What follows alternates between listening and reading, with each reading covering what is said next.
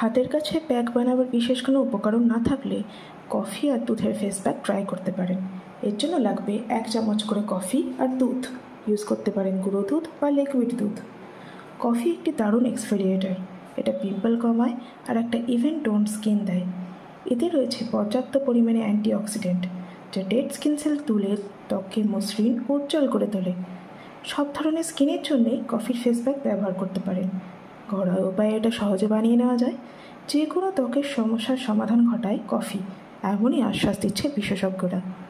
দুধে আছে lactic acid, যা প্রাকৃতিক ময়েশ্চারাইজার হিসেবে কাজ করে।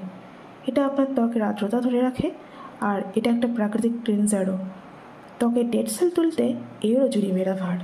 তাহলে আজই বানিয়ে নিন কফি আর দুধের ফেস প্যাক, আর অ্যাপ্লাই করে 15 মিনিট রেখে এয়ার ড্রাই করে তারপরে জল দিয়ে ধুয়ে নিন।